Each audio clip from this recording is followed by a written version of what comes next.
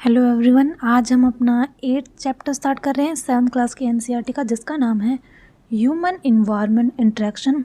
कहाँ पे tropical region में और सब ट्रॉपिकल रीजन्स में। ठीक है, तो ये मेरा चैप्टर का नाम है। तो इस वाले पैराग्राफ में जो यहाँ से यहाँ तक के जो पूरा पैराग्राफ है, ये वाला जो पैराग्राफ है, ये वाला प्लस ये वाला, इसमें एक लड़की है जिसका नाम रेणुका है। इसमें एक कहानी सी बता रखी है, मतलब कि एक लड़की है रेणुका नाम की, उसके अंकल है उनका नाम है श्रीकांत। तो उसके अंकल जो है वो एक वाइल्ड लाइफ फोटोग्राफ़र है। क्या है? वाइल्ड लाइफ फोटोग्राफ़र है। जैसे 3 इडियट में जो फरहान बनना चाहता था वाइल्ड लाइफ फोटोग्राफ़र, ऐसे ही कुछ है। ठीक है, तो वो क्या है, वाइल्ड लाइफ फोटोग्राफ़र है। और वो मतलब कि बहुत अलग अलग जगहों के क्या करते हैं, फ़ोटो खींचते हैं। कि यहाँ पर जैसे कि बहुत ठंडी जगह में, मतलब कि वाइल्ड लाइफ फोटोग्राफ़र क्या करते हैं, वो अलग अलग जगह फ़ोटो खींचते हैं। ठीक है, मतलब जंगल में कैसे कैसे जानवर है उनकी फ़ोटो खींचते हैं, तो वाइल्ड लाइफ फोटोग्राफ़र वही करते हैं। तो यहाँ पर रेणुका को इन वाइल्ड लाइफ फोटोग्राफर्स में बहुत ज़्यादा क्या है, इंटरेस्ट है। मतलब कि ये जो वाइल्ड लाइफ की जो फ़ोटोग्राफ्स है इनमें काफ़ी इंटरेस्ट है रेणुका को। तो उसके जो अंकल है वो 4 महीने बाद घर आ रहे हैं। तो वो बहुत एक्साइटेड है, उसके अंकल घर आ रहे हैं। तो उसके अंकल घर आते हैं, उसको बताते हैं कि पिक्चर दिखाते हैं बहुत सारी, कि कहते हैं कि रेणुका देखो, ये वहाँ उस जगह की पिक्चर है, ये उस जगह की पिक्चर है, यहाँ पे इस तरह के लोग रहते हैं। तो ऐसे ऐसे वो बातें करते हैं, उनको बताते हैं। रेणुका को इसमें काफ़ी इंटरेस्ट आता है। तो ये बताते हैं कि भाई ड्राई रीजन में, जहाँ पे सूखा है, जहाँ पे डेजर्ट्स है, जहाँ पे डेजर्ट रीजन है, वहाँ पर कैसे लोग रहते हैं। जहाँ पे बारिश बहुत ज़्यादा रहती है वहाँ पे लोग कैसे रहते हैं। जहाँ पर बहुत ही ठंडा एरिया होता है, कोल्ड होता है, वहाँ पर कैसे कैसे लोग रहते हैं, और कैसे कैसे वहाँ पे टेम्परेचर होता है। ठीक है, तो ये सब इसमें यहाँ पे पूरा बता रखा है। फिर उसके अंकल बताते हैं कि जो अलग अलग रीजन्स में अलग अलग लोग रहते हैं, लेकिन उनकी बेसिक नीड्स क्या होती है, सबकी सेम होती है। बेसिक नीड्स क्या होती है भाई, उनको घर चाहिए, हाउस चाहिए, क्लोथ्स चाहिए पहनने के लिए, और फूड चाहिए। तो ये तो उनकी बेसिक नीड्स है। तो कोई कहीं पे भी रहे, बेसिक नीड्स उनकी क्या रहेंगी, सेम रहेंगी। तो ये सभी इसमें बता रखा है। और इसमें क्या बता रखा है कि जैसे कि अलग अलग जगह के जो बच्चे होते हैं, मतलब कि जो बच्चे होते हैं उनका तो एक ही काम है। जो बच्चे हैं एक तरह के गेम खेलते हैं। ठीक है, तो ये सब इसमें बता रखा है, ये कहानी सी है। तो हमें चैप्टर हमारा स्टार्ट होता है यहाँ से, life in the Amazon basin.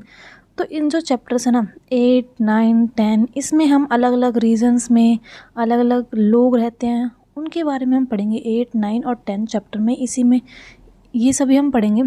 तो इस चैप्टर में, ये जो चैप्टर है इसमें हम पढ़ेंगे, एक तो लाइफ पढ़ेंगे हम अमेज़न में जो कहाँ पे है हमारा, एक अमेज़न में, और एक हम पढ़ेंगे गंगा ब्रह्मपुत्र में। ठीक है, कहाँ पढ़ेंगे, गंगा ब्रह्मपुत्र में लाइफ पढ़ेंगे। इसमें देखेंगे कि वहाँ पर अमेज़न में क्लाइमेट कैसा होता है। यहाँ पे अमेज़न फॉरेस्ट होते हैं, तो यहाँ पे रेनफॉल कितनी होती है। रेनफॉल, फॉरेस्ट है तो रेनफॉल मतलब ज़्यादा होगी। यहाँ पे लोग कैसे रहते हैं अमेज़न बेसिन्स में, ऐसे यहाँ पे गंगा में देखेंगे। तो ये 2 टॉपिक हमें पढ़ने हैं। कौन कौन से? एक तो अमेज़न वाला टॉपिक पढ़ना है और एक गंगा वाला टॉपिक पढ़ना है।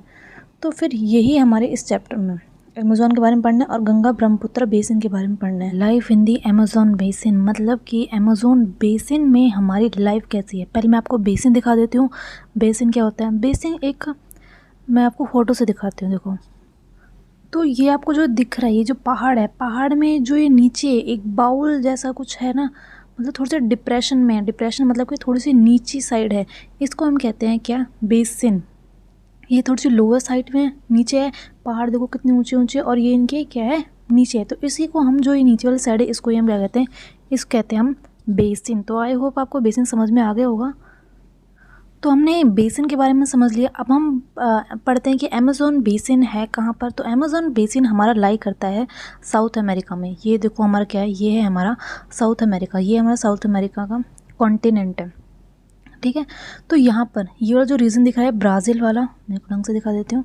ये जो ब्राज़ील है, ये वाला जो रीजन है ना ब्राज़ील वाला, इसमें हमारे क्या अमेज़न के जो फॉरेस्ट है और जो रिवर्स है, ये ज़्यादातर हमारे ब्राज़ील पार्ट में, और कुछ अलग अलग पार्ट्स में भी, जैसे कोलंबिया में हो गए, यहाँ पे इक्वेडर में हो गए, यहाँ पर बोलीविया में हो गई। ये क्या है, इनमें भी थोड़े बहुत है, लेकिन ज़्यादातर कहाँ पे है, ज़्यादातर हमारे हैं ब्राज़ील में। ठीक है, तो अभी इनके बारे में हम पढ़ते हैं कि पहले इनकी लोकेशन तो हम लोकेशन के बारे में पढ़ते हैं कि ये है कहाँ पर।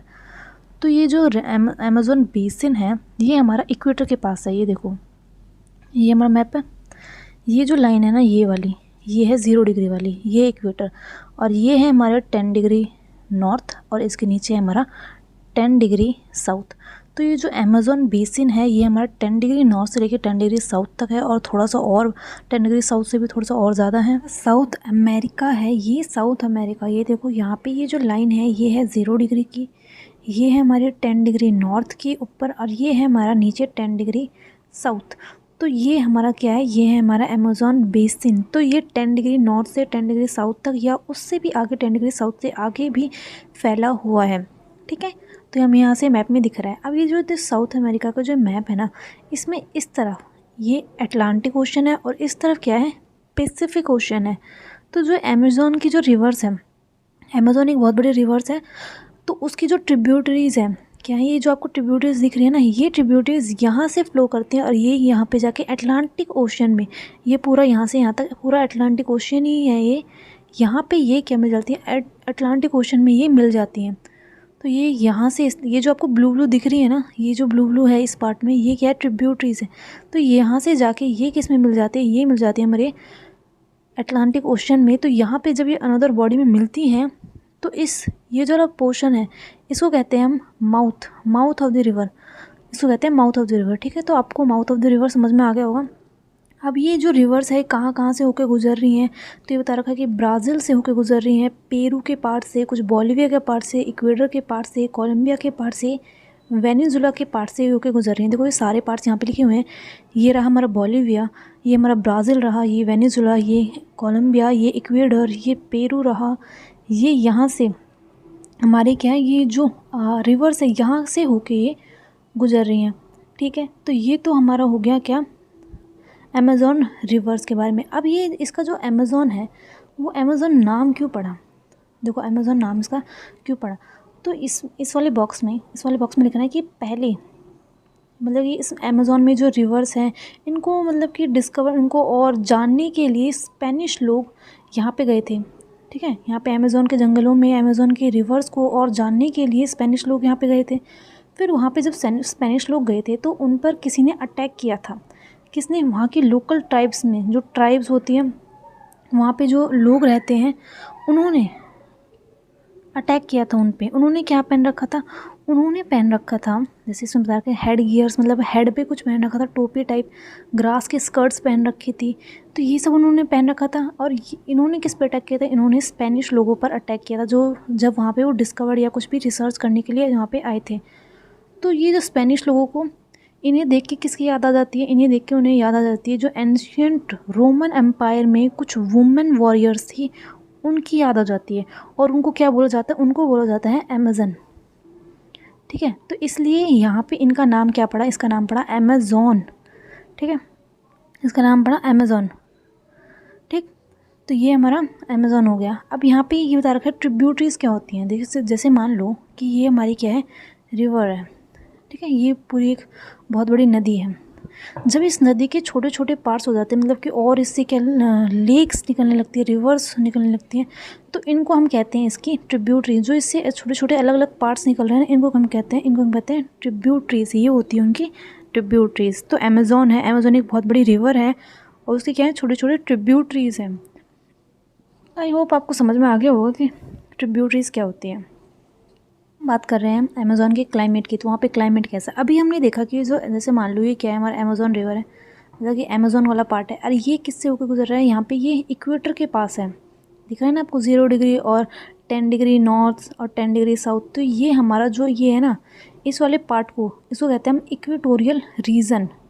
क्या कहते हैं, इसे कहते हैं हम इक्वेटोरियल रीजन। तो ये जो अमेज़न है, ये हमारा अमेज़न बेसिन्स, ये हमारा इक्वेटोरियल रीजन के पास है। तो जो भी इक्वेटर के पास है, तो हमें पता है इक्वेटर पे हमारी जो सन रेज़ हैं वो क्या आती है, परपेंडिकुलर आती है। सन रेज़ परपेंडिकुलर आती है हमारे इक्वेटर पर, इसलिए हमारे इक्वेटर पे ना बहुत ही गर्म क्लाइमेट होता है, बहुत ही ज़्यादा हॉट होता है, बहुत ही ज़्यादा हॉट क्लाइमेट होता है, बहुत ही गर्म होता है। तो इसलिए ये जो है हमारा अमेज़न, वो किसके पास है, वो है हमारा इक्वेटर के पास। इक्वेटर के पास है, तो यहाँ पे क्लाइमेट कैसा होगा, यहाँ पे क्लाइमेट होगा हॉट। और जो भी कोई एरिया इक्वेटर के पास होता है वहाँ पे बारिश भी बहुत ज़्यादा होती है। ये बात समझ रहे हैं, वहाँ पे बारिश भी क्या होती है, बहुत ज़्यादा बारिश होती है। तो यहाँ पे हमारा क्लाइमेट कैसा होगा, यहाँ पे हमारा क्लाइमेट होगा हॉट एंड ह्यूमिड, मतलब गर्म भी होगा और ह्यूमिड मतलब कि जो नमीपन जो होता है ना उसको कहते हैं हम ह्यूमिड। तो बारिश होगी तो नमीपन तो हो गई, तो हॉट और ह्यूमिड क्लाइमेट हमें यहाँ का देखने को मिलता है। तो यहाँ पे जो बारिश है, रेन मैंने बताया कि इक्वेटर के पास वाले रीजन में यहाँ पे क्या होती है, यहाँ पे होती है बारिश। तो यहाँ पे पूरे दिन में बारिश होती रहती है, बहुत बारिश होती है यहाँ पे। तो दिन में तो बहुत ही ज़्यादा गर्म टेम्परेचर रहता है यहाँ पे, ठीक है, क्योंकि दिन में हमारा सूरज है, सूरज निकल रहा है, तो दिन में तो बहुत ज़्यादा गर्म टेम्परेचर है। लेकिन रात के टाइम इसमें यहाँ पे जो टेम्परेचर है वो थोड़ा सा कम हो जाता है एज़ कम्पेयर टू दिन, क्योंकि दिन में तो भाई हमारा सूरज है, रात को थोड़ा सूरज है, रात को सूरज नहीं है ना। हाँ, तो रात को टेम्परेचर थोड़ा सा कम हो जाता है और दिन को टेम्परेचर बहुत ज़्यादा होता है और यहाँ पे बारिश बहुत ज़्यादा होती है। तो ये है हमारा अमेज़न का। अब हम बात कर रहे हैं वहाँ के जो फॉरेस्ट है, वहाँ के अमेज़न में हमारे जो फॉरेस्ट हैं उनकी बात कर रहे हैं। तो मैंने अभी अभी आपको बताया कि इक्वेटर के पास है ये रीजन किसके पास है, इक्वेटर के पास। यहाँ पे बहुत ज़्यादा गर्मी होगी और यहाँ पे इक्वेटर के पास जो रीजन होता है ना वहाँ पे बारिश भी बहुत ज़्यादा होती है, ठीक है। तो जहाँ पे भी जिस रीजन में हमने पिछले वाले चैप्टर्स में पढ़ा है कि जिस रीजन में रेन बहुत ज़्यादा होती है वहाँ पे कैसे फॉरेस्ट पाए जाते हैं, वहाँ पे पाए जाते हैं हमारे रेन फॉरेस्ट। तो यहाँ पे हमारे अमेज़न में हमारे रेन फॉरेस्ट पाए जाते हैं, ठीक है।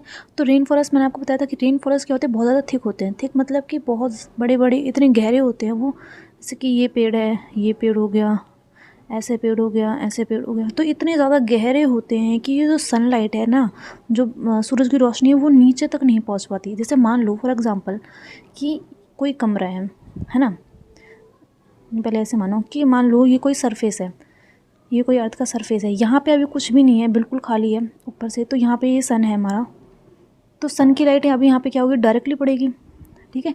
यहाँ पे कोई चीज़ को रोक नहीं रही है। मान लो किसी ने यहाँ पे घर बना लिया, ये मान लो यहाँ पे किसी ने घर बना लिया इस रीजन पर। अब इस रीजन पर क्या यहाँ पे सनलाइट पड़ेगी, नहीं, क्योंकि ये जो रूफ़ है, ये जो इसकी ऊपर की छत है, ये सनलाइट को रोक लेगी। ये ऊपर की छत पर सिर्फ सनलाइट पड़ेगी, नीचे थोड़ी ना पड़ेगी, नीचे सनलाइट नहीं पड़ेगी ना।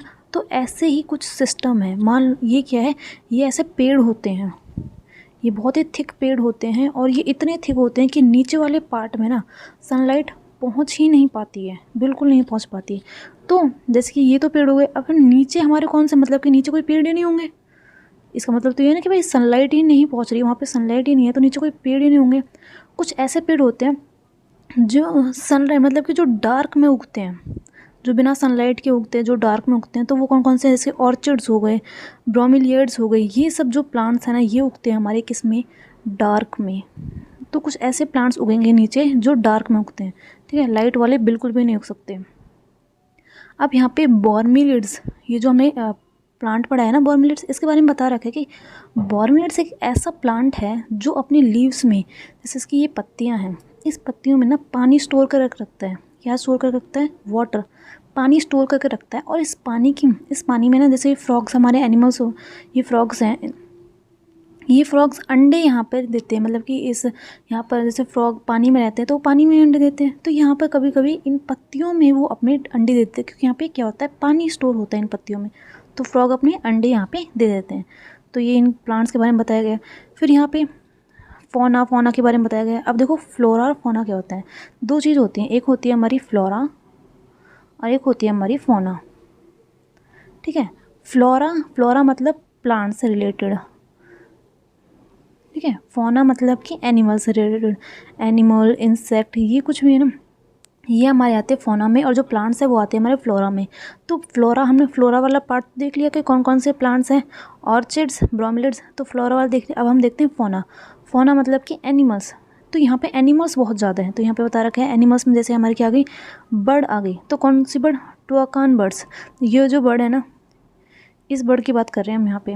और कौन सी बर्ड है, और है हमारी humming birds, bird of paradise, ये सारी बर्ड्स यहाँ पे पाई जाती हैं। और जो इंडिया में है उससे तो काफ़ी अलग यहाँ पे बर्ड पाई जाती हैं। और यहाँ बता रखा कि कैसी सुंदर सुंदर बर्ड्स पाई जाती है, जो अलग अलग कलर होते हैं जिनमें, मतलब कि बहुत सुंदर सुंदर बर्ड्स पाई जाती हैं, अलग अलग तरह की वैरायटी, अलग अलग वैरायटी की बर्ड्स पाई जाती हैं।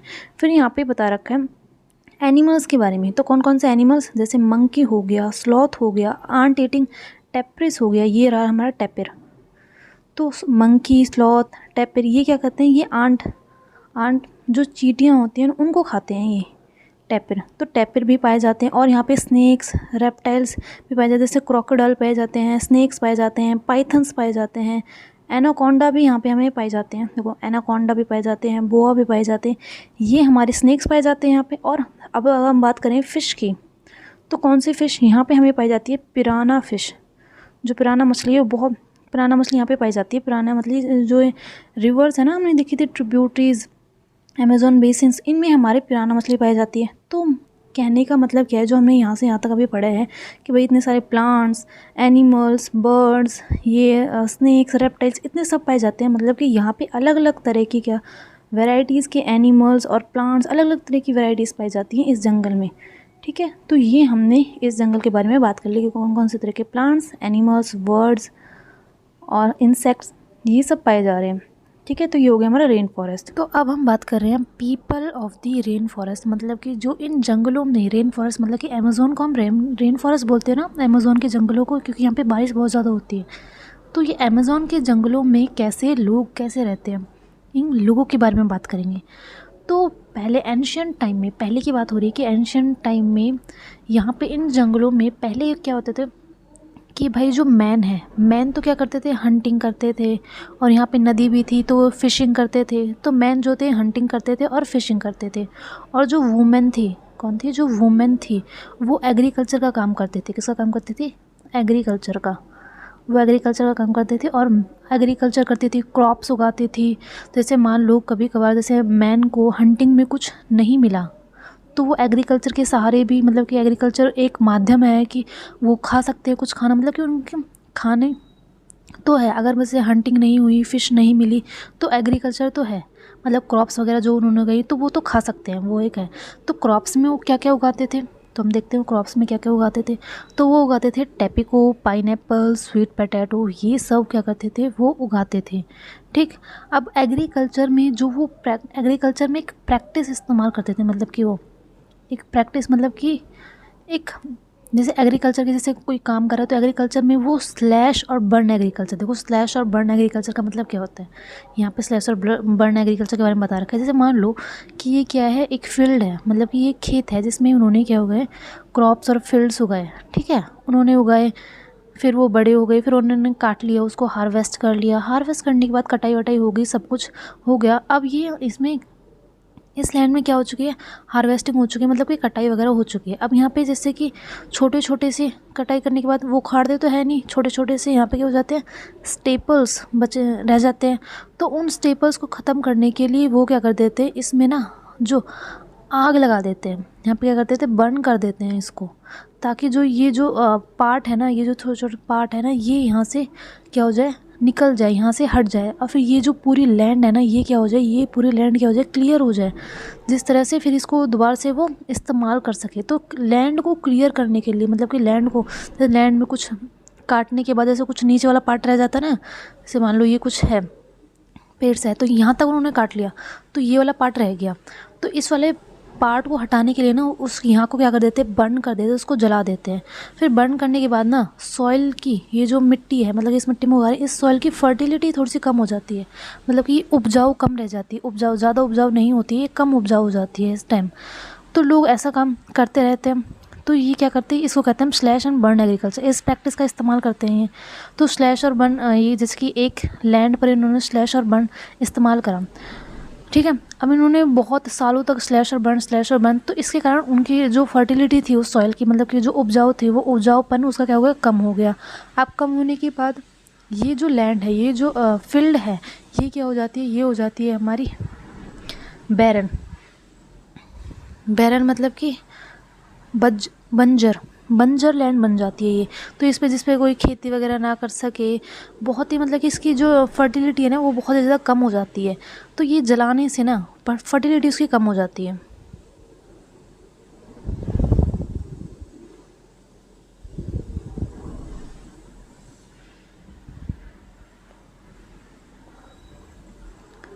ठीक है, तो हमने देख लिया स्लैश और बर्न, हमने देख लिया।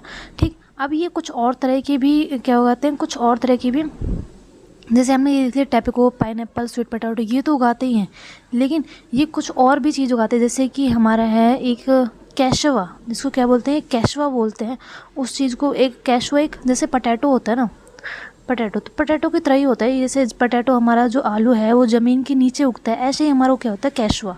वहाँ पर एक चीज़ है, उस चीज़ का नाम है कैशवा। जैसे पोटैटो उगता है ऐसे ही हमारा कैशवा उगता है। और क्या क्या खाते हैं, और यहाँ पे देखा कि जो क्वीन आंट है उसको खाते हैं, एग खाते हैं। और क्या क्या उगाते हैं, कॉफ़ी, मेज़, कोकोआ, ये सब क्या करते हैं, ये ग्रोन करते हैं। ठीक है, ये है क्रैश क्रॉप्स। क्रैश क्रॉप कौन कौन सी है, क्रैश क्रॉप है हमारी कॉफ़ी, मेज़, ठीक है, ये सब है। अब इसमें बता रखा है, ये तो हमने देख लिया कि भाई यहाँ पे मैन क्या काम कर रहा है और वुमेन क्या काम कर रही है। ठीक है, तो मैन हंटिंग कर रहा है, वुमेन एग्रीकल्चर का काम कर रही है, और एग्रीकल्चर में भी वो क्या क्या उगा रहे हैं, ये हमने देख लिया। ठीक है, ये हमने देख लिया।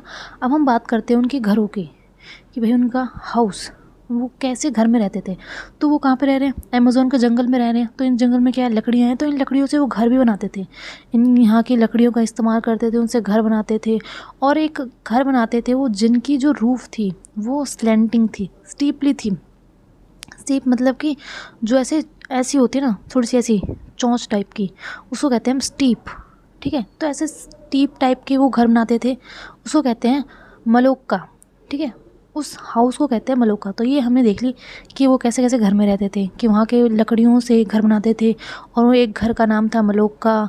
ठीक है, अब यहाँ पे बात करते हैं हम उनकी लाइफ के बारे में, कि ये तो हमने एंशियंट टाइम में बात कर ली, कि जैसे ये अब टाइम गुजरता गया, टाइम गुजरा, तो फिर बाद में जैसे कि अमेज़ोन के, पहले तो अमेज़ोन के जंगलों में जैसे कि लोग, अगर अमेज़ोन के जंगलों को भी डिस्कवर लोगों को करना है तो वो पैदल जाते थे, वो देखते थे कि हाँ भाई अमेज़ोन के जंगलों के बीच में है क्या, तो वैसे वो खो जाते थे, मतलब बहुत ही मुश्किल होता था। अब 1970 में ये क्या बन गया, एक अमेज़ोन ट्रांस हाईवे बन गया है, जिसके कारण हम अमेज़ोन के जंगलों के बीच में भी जा सकते हैं।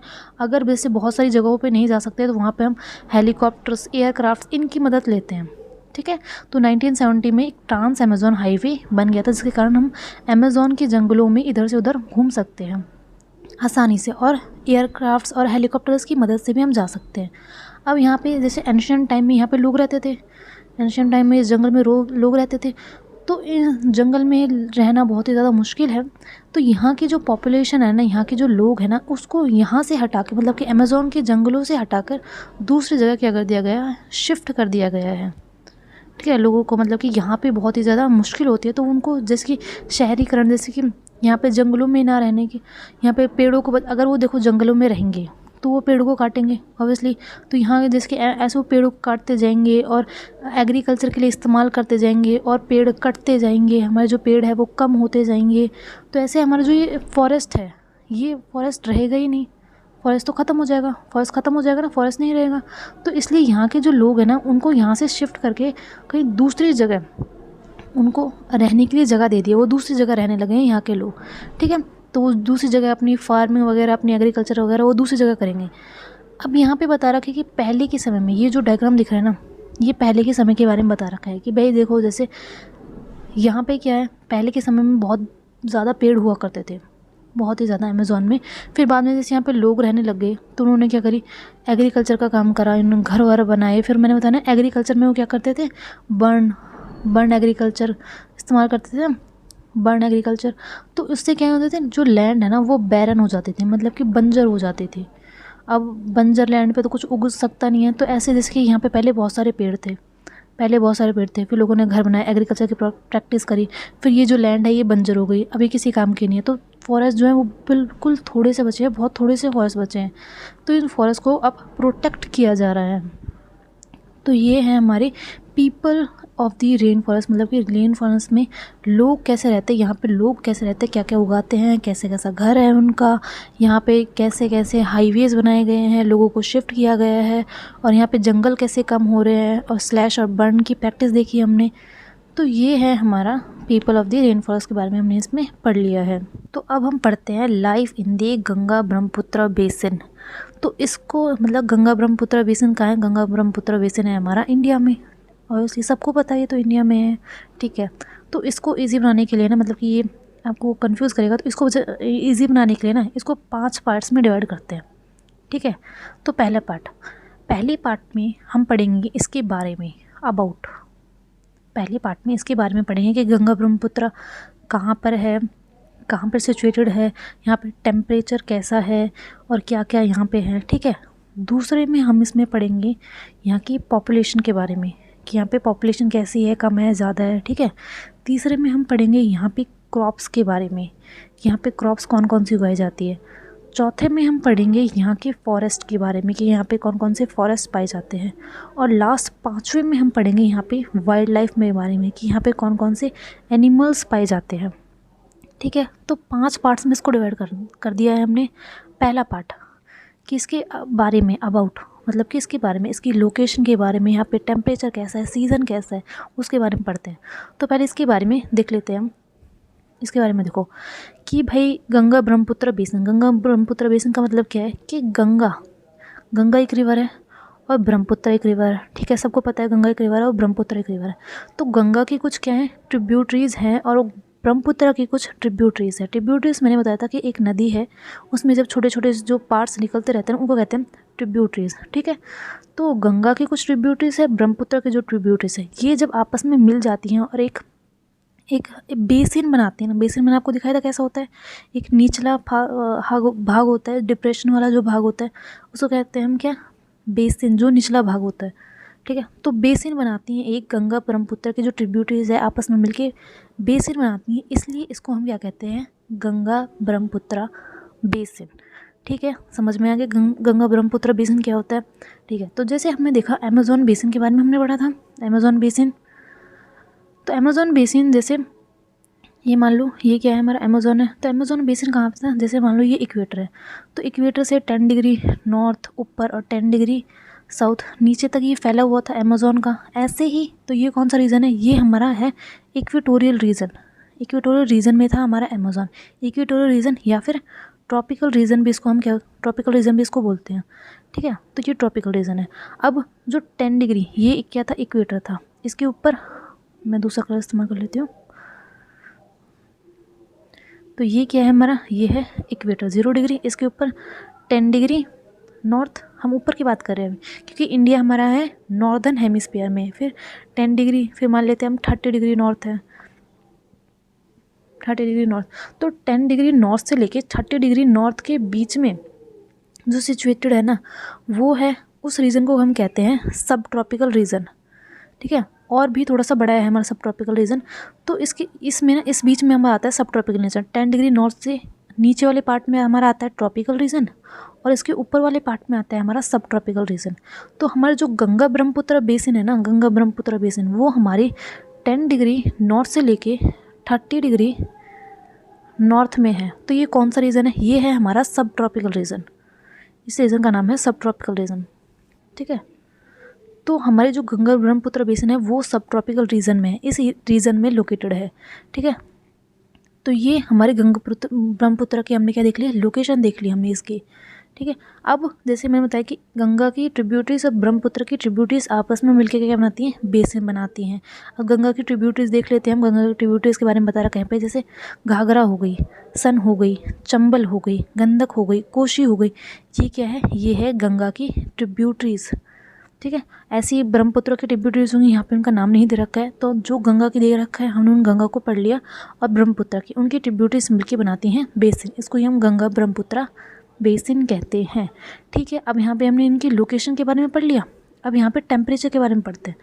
अब जैसे बताया जाता है कि इस गंगा ब्रह्मपुत्र में, जैसे यहाँ पे इस मैप में देखो आप, ये मैप है, ये जो एरिया दिख रहा है ना आपको, ये जो ग्रीन ग्रीन पार्ट है, ये जो ब्लू ब्लू से दिख रही है ना, ये क्या है, रिवर्स है, ये ट्रिब्यूटरीज है गंगा की और ब्रह्मपुत्र की, और इनसे मिलके गंगा ब्रह्मपुत्र बेसिन बन रहा है, ठीक है। तो यहाँ पर इस रीजन में है, तो इस रीजन में यहाँ पर हमारी क्या है, यहाँ पर हमारे है हिमालयास, यहाँ पे है हमारी गंगा ब्रह्मपुत्र बेसिन भी है, गंगा ब्रह्मपुत्र बेसिन। इधर हमें सुंदरबान डेल्टा भी है। तो इसमें हमारे इस वाले रीजन में क्या क्या आता है, इस वाले रीजन में हमारे हिमालयास भी आते हैं, इस वाले रीजन में हमारे गंगा ब्रह्मपुत्र बेसिन भी आती हैं, इस वाले रीजन में हमारे सुंदरबन डेल्टा भी आता है। तो इस रीजन में क्या क्या आता है वो भी बता रखा है इसमें, ठीक है। हमने देख लिया कि भाई क्या क्या आता है इसमें।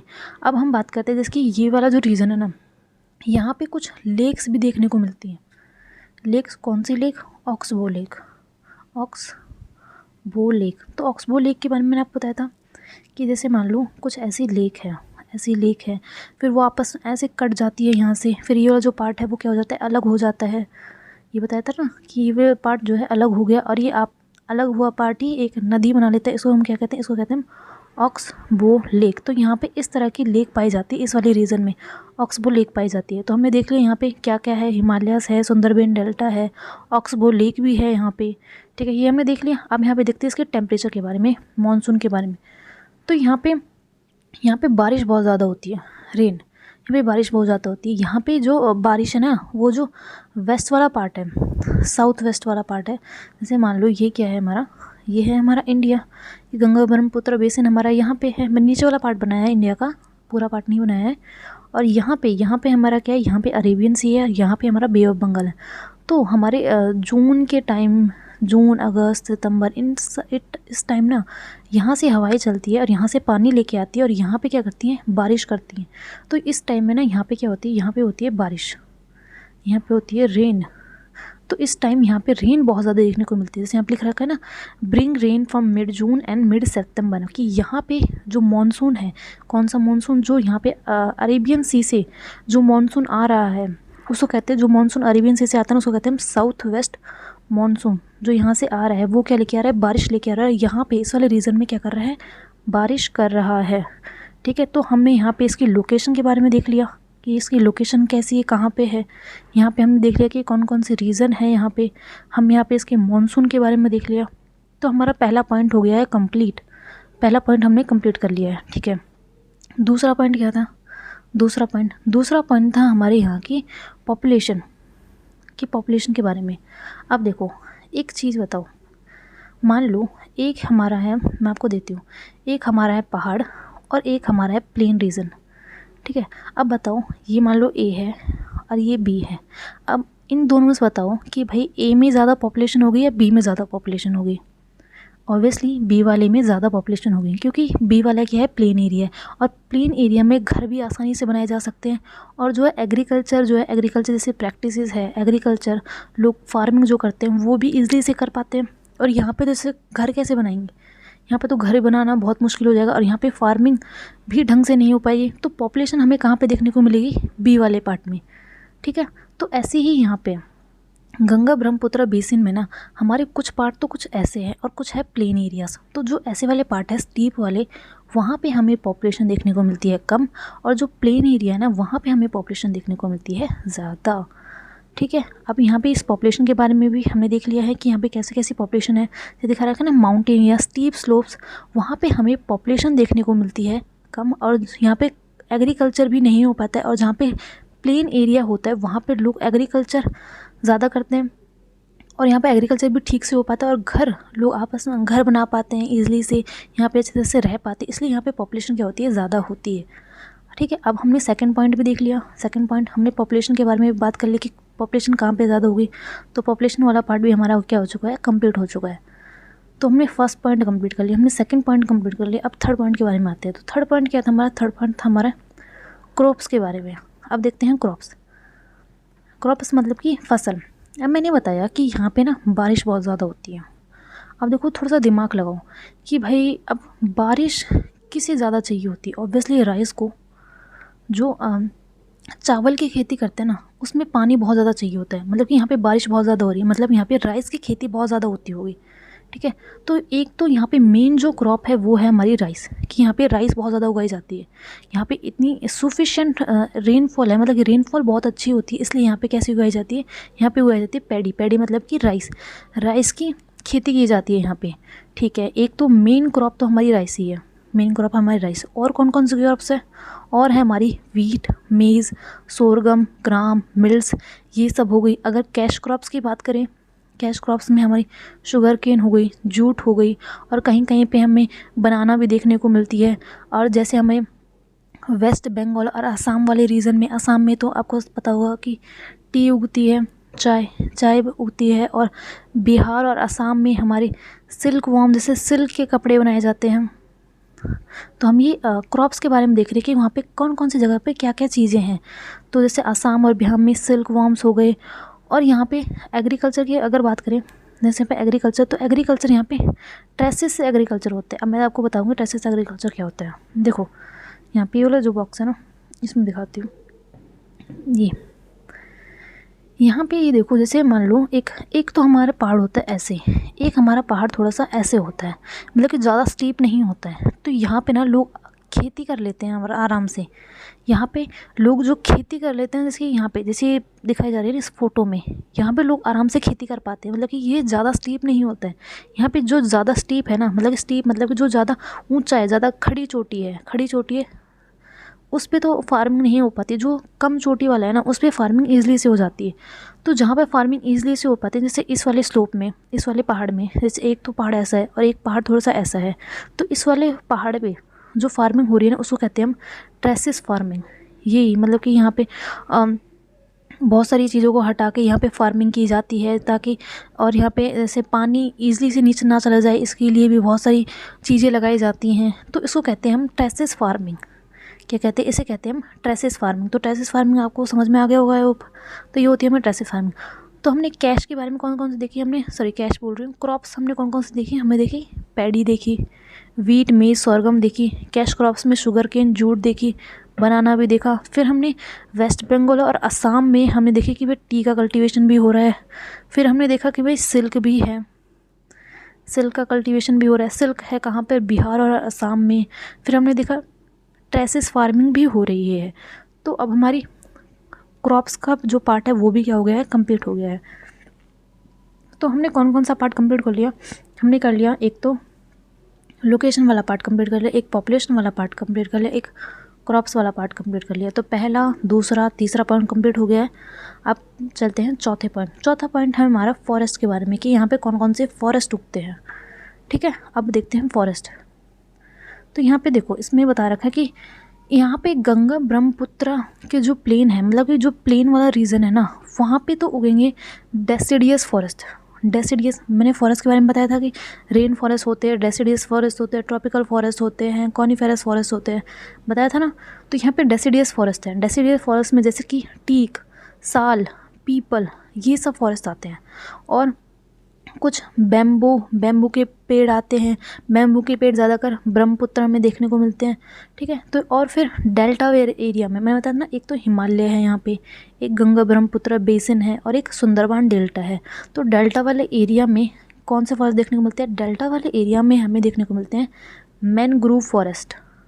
और उत्तराखंड में, और मैनग्रोव फॉरेस्ट हमें डेल्टा वाले एरिया में देखने को मिलते हैं, और उत्तराखंड में, सिक्किम में और अरुणाचल प्रदेश में हमें कॉनिफेरस ट्रीज़ हमें देखने को मिलते हैं। अब कॉनिफेरस ट्रीज़ जो इस तरह के ट्रीज़ होते हैं ना, ऐसे कोन शेप के, उनको कहते हैं कॉनिफेरस ट्रीज़। तो ये हमेशा ठंडी जगह पे होते हैं। तो मतलब कि यहाँ पे जो टेम्परेचर है ना, वो थोड़ा सा क्या होता है? ठंडा होता है। इसलिए यहाँ पे कॉनिफेरस ट्रीज़ देखने को मिलते हैं। उत्तराखंड में, सिक्किम में और अरुणाचल प्रदेश में यहाँ पे टेम्परेचर थोड़ा सा क्या होता है? डाउन होता है। डाउन मतलब कि ठंडा होता है, इसलिए यहाँ पे कॉनिफेरस ट्रीज़ हमें देखने को मिलते हैं। ठीक है, हमने ट्रीज़ के बारे में बात कर लिया। हमने क्या क्या देखा ट्रीज़ में? देखते हैं।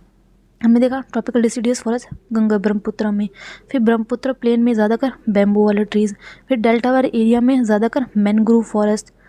ठीक है, और फिर उत्तराखंड, सिक्किम और अरुणाचल प्रदेश में कॉनिफेरस ट्रीज़, जैसे पाइन, डिओडर, ऐसे फिर ये वाले। ठीक, तो हमने फॉरेस्ट वाला पार्ट भी क्या कर लिया? फॉरेस्ट वाला पार्ट भी कंप्लीट कर लिया। अब देखते हैं हम वाइल्ड लाइफ मतलब कि एनिमल्स वाला पार्ट, जो 5th पॉइंट है हमारा। अब एनिमल्स देखते हैं, और यहाँ पे एनिमल्स कौन कौन से पाए जाते हैं। देखो एनिमल्स यहाँ पे जैसे एलिफेंट हो गए, टाइगर, डियर, मंकीज़, ये सब पाए जाते हैं। One horn rhinoceros. फिर ब्रह्मपुत्र प्लेन में कौन कौन से? जैसे ब्रह्मपुत्र प्लेन में tiger, Bengal tiger, crocodiles, alligator, ये सब एनिमल्स है। ये आपको याद करने पड़ेंगे कि कहाँ पे कौन कौन से। ये ऐसे पढ़ने से नहीं होगा काम, आपको एक बार इसको वीडियो को देखने के बाद एक बार आप पढ़िए, आपको समझ में आ जाएगा कि यहाँ पर कौन कौन से एनिमल्स हैं। फिर आपको एकदम याद भी हो जाएगा कि भाई यहाँ पे ये इस वाले रीजन में एलिगेटर, इस वाले क्रोकोडाइल, ये बंगाल टाइगर पाए जा रहे हैं। फिर मैंने बताया ना, जैसे कि ये तो क्या है हमारा ब्रह्मपुत्र रीजन है, फिर यहाँ पे क्या है हमारा बे ऑफ बंगाल है। देखो मैं अभी दिखाती हूँ, मैप कहाँ गया हमारा, ये रहा। तो ये हमारा क्या है? गंगा ब्रह्मपुत्र बेसिन। इसके नीचे क्या है? बे ऑफ बंगाल। तो ये क्या है? एक सी है ना।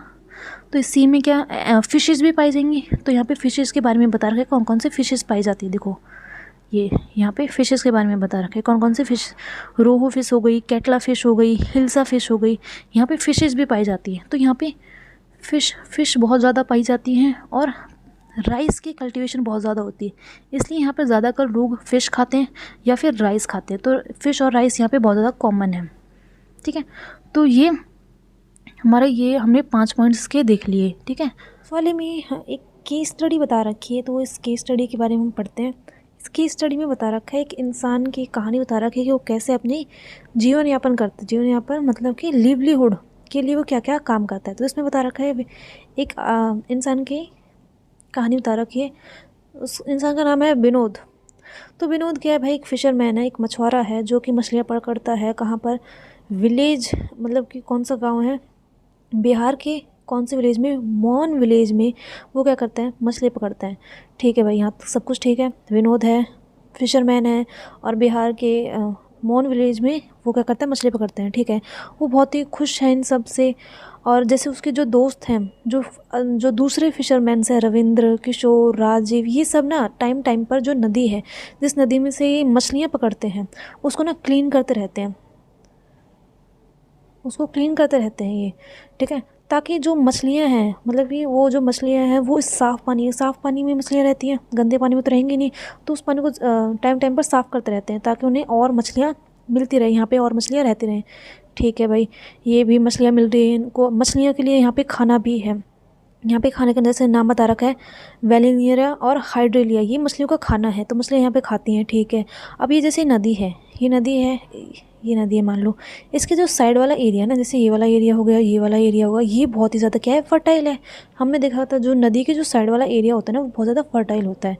तो ये फर्टाइल होने के कारण यहाँ पर ये लोग क्या कर रहे हैं, अपनी क्रॉप्स भी उगा रहे हैं। क्रॉप्स मतलब कि जो धान वगैरह, धान जैसे धान हो गई, पैडी हो गई, मेज़ हो गई, पल्सेस हो गई, ये सब यहाँ पे क्या कर रहे हैं, उगा रहे हैं, खेती कर रहे हैं यहाँ पे। तो खेती करने का भी साधन है। और यहाँ पे ये बहुत ही अच्छी तरह से फ़िश भी पकड़ रहे हैं, मतलब कि अच्छी इनके खाने के लिए फ़िश भी है, फ़िश के लिए, और फ़िश के लिए भी खाना है, इनके लिए फ़िश है, फ़िश के लिए भी खाना है। और ये फ़िश को इम्पोर्ट, मतलब कि दूसरे मतलब कि मार्केट में बेच भी रहे हैं, और जो नेबरिंग जो इनका टाउन है उसमें भी जाके बेच रहे हैं ये।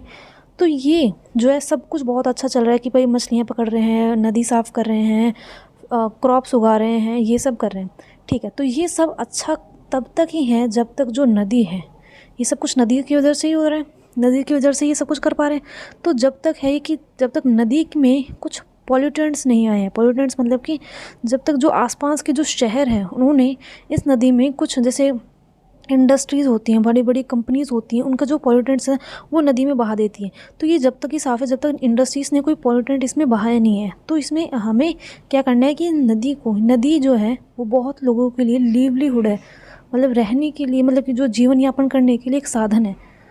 तो हमें ये देखना है कि हम उसको गंदा ना करें, ठीक है, उसमें कोई पॉल्यूटेंट वगैरह ये ना डालें, ठीक है। तो ये है हमारी क्या, केस स्टडी। ये केस स्टडी हो गई। अब हम गंगा ब्रह्मपुत्र के बारे में पढ़ रहे थे।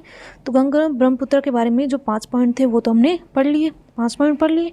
अब इसमें गंगा ब्रह्मपुत्र के बारे में, मतलब कि उनकी सिटीज़ के बारे में, इसमें क्या बता रखा है, सिटीज़ के बारे में बता रखा है, वहाँ पे टाउन्स है उनके बारे में बता रखा है कि जैसे गंगा ब्रह्मपुत्र बेसिन है, वहाँ पे बहुत सारी सिटीज़ भी हैं और टाउन्स भी है। अब सिटीज़ देखते हैं कौन कौन सी सिटीज़ हैं। सिटीज़ में जैसे इलाहाबाद आ गया, कानपुर आ गया, वाराणसी आ गया, लखनऊ आ गया, पटना आ गया, कोलकाता, ये सब, इनमें पॉपुलेशन कितनी है, 10 लाख से ज़्यादा पॉपुलेशन है। तो ये सब क्या है, सिटीज़ हैं वहाँ की, जो गंगा ब्रह्मपुत्र के पास की जो सिटीज़ है ना, ये वो सिटीज़ हैं और इनमें काफ़ी पॉपुलेशन है।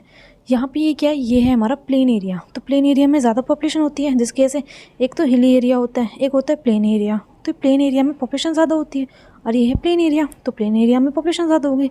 और फिर यहाँ पे बता रखा है कि जैसे ये गंगा ब्रह्मपुत्र है, ये क्या है, नदी है। ऑब्वियसली हम जानते हैं ये सब क्या है, नदी है। गंगा ब्रह्मपुत्र ये है नदी। तो यहाँ पे नदी में जैसे कि ट्रांसपोर्ट कौन सा होगा, वाटर ट्रांसपोर्ट, जैसे शिप वगैरह भी चलती है यहाँ पे, इसके आसपास शिप चलती है, तो यहाँ पे इसके आसपास पोर्ट्स भी बनेंगे, ठीक है। तो इंपोर्ट एक्सपोर्ट के लिए भी और ट्रेड के लिए भी बहुत ही मददगार है ये। यहाँ पे ट्रेड भी हो सकता है, इंपोर्ट एक्सपोर्ट कर रहे हैं लोग, है ना, कहीं कोई चीज़ भेज रहे हैं, कहीं से कोई चीज़ मंगा रहे हैं पानी के रास्ते, तो उसमें भी ट्रेड में भी मदद कर रहा है ये। और वहाँ पे जैसे कि मान लो जैसे कहीं पे इनके ये रिवर है, ये रिवर की साइड में यहाँ पे क्या बना लिया, पोर्ट बना लिया। तो इन पोर्ट में काम करने के लिए लोग भी चाहिए, तो यहाँ पे एम्प्लॉयमेंट भी जनरेट होगा। एम्प्लॉयमेंट मतलब कि रोज़गार, लोगों को रोज़गार मिलेगा, लोगों को नौकरियाँ मिलेंगी, ठीक है।